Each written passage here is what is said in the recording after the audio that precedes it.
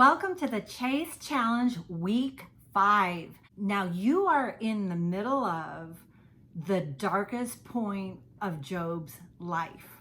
Now, Job is a poetical book, so just like some songs that you hear or you read the lyrics to and you ask yourself, what does this song mean? What is this author trying to convey? What is this artist what are they talking about here?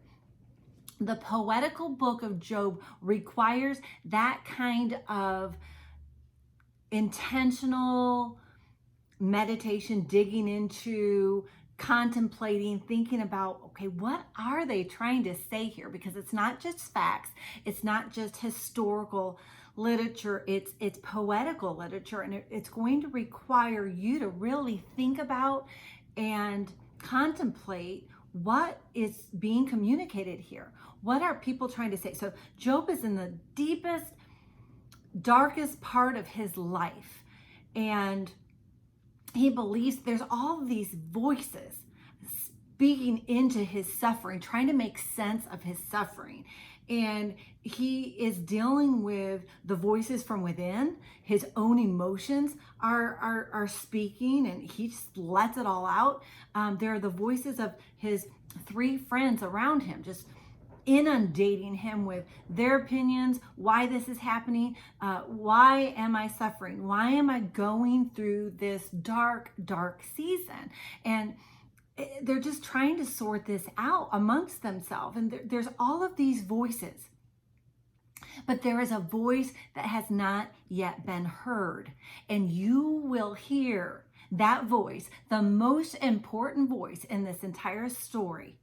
You will hear what he has to say at the end of Job, and the end of not this week's reading, but the end of the story of Job. So you will hear from the central character because God has something to say. He has a voice to speak into Job's suffering. But I want to ask you these questions. When you hear what God has to say about all of this, how does he respond to Job?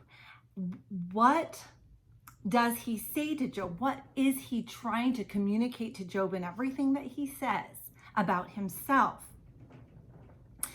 Then I want you to ask yourself, does God give Job a reason for his suffering? Does God answer Job's question?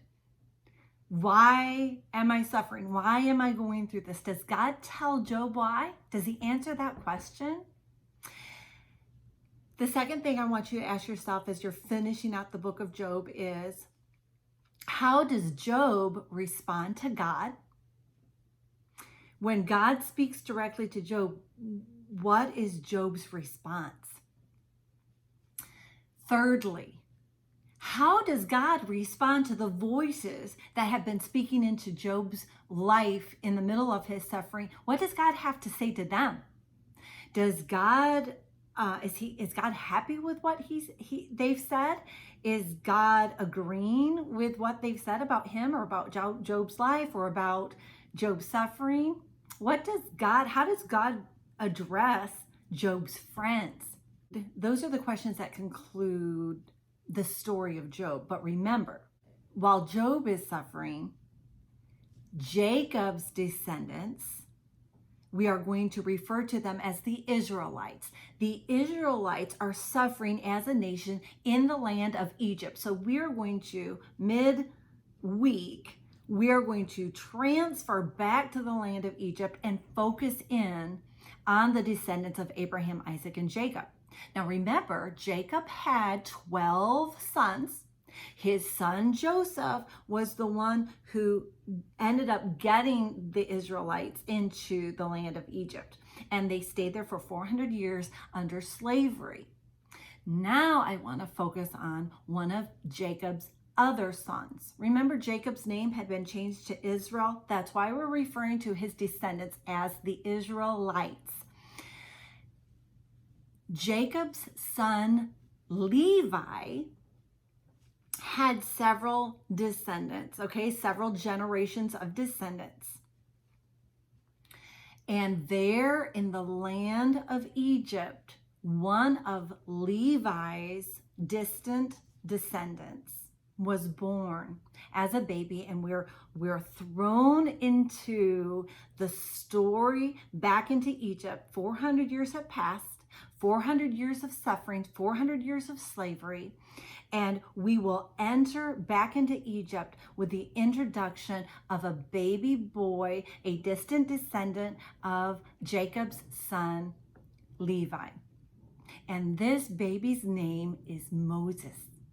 And after 400 years, God introduces himself to Moses from a burning bush. I want to ask you these questions. How does God introduce himself to Moses? Who is he? As far as Moses knows, who is God? Who is approaching him? And what does God say about the suffering that the Israelites have been going through for over 400 years? What does God say to Moses right after he introduces himself at the burning bush? He introduces himself, and then he addresses the suffering that the Israelites have been going through. What does God say? How has God been relating to the Israelites and their suffering? What clues can you discover about the Israelite people, the descendants of Abraham, Isaac, and Jacob? What is happening over these 400 years? How is that group of people, how have they changed? Remember, they went into Egypt. Just 70 people moved to Egypt 400 years prior. Now, how many people are there? Now, how would you describe these people, this people group? Also known as the Hebrew people. They spoke the Hebrew language. The Egyptians referred to them as the Hebrews. How would you describe this group of people? Do you remember the promises that God gave Abraham, Isaac, and Jacob? Did any one of these promises come into fruition during their time of suffering? And if so, which one? All right, I hope you're enjoying the challenge. Listen, we had to get through several chapters of the book of Job. There's so many voices, so many people saying what they think about God, what they think about suffering, what they think. There's so many emotions there that Job is dealing with. Frankly, he fell in, his emotions fell into what ours often do when we're in the middle of a situation where we can't see the light at the end of the tunnel. And so many times we can feel like God doesn't hear us, God doesn't see us. If he does, he doesn't care. Sometimes we feel like actually maybe he does know about it. In fact, maybe he's the one that's trying to crush us, trying to get us. He's against us. That's how we can feel sometimes in the middle of our suffering. But what do we see? Does God always give us an explanation for the hard times that we're going through? Is he doing something in the middle of our suffering? And does he have a good purpose for us in our suffering? Because here's another thing that Job felt in the middle of his trying time. He felt like, just let me die. There's no reason to live anymore. I don't want to live. If living looks like this, I don't want it. I don't want any part of it. But what did God have to say in this situation? What was God's voice? What is God's voice saying to you? Maybe he seems silent right now. Maybe he feels very distant, and maybe you feel like he's against you. Maybe you feel like there's no point anymore. There is no light at the end of the tunnel. But our feelings aren't always truth.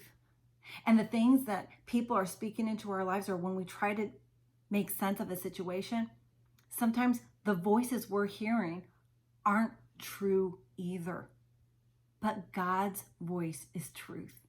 And He wants us to know Him and to see Him and to know He's able to lift us out of the darkest places in our lives. Take in every word, every part. Take the time to listen. Take the time to wade through what Job's friends are saying, even though it's going to take some meditation and some concentration and some contemplation to try to understand what is being said, because it is a poetical book. Take the time, because it's time, and it is a yearning, it is a searching, it is a being still and listening to everything He has to say with everything that you are, before we will hear His voice and what He has to say. I'm praying for you on this journey. I'm so excited about all the texts I'm getting, all the messages I'm getting about those of you who your Bibles are coming in and you've taken the challenge and you've started. I'm praying for you. God has something so good. He has something to say to you. His voice needs to be heard. And I am praying that He will open your eyes like He has never opened your eyes before, as you search and chase after Him with every part of your being. You will be rewarded for this effort. All right, I'll see you next week.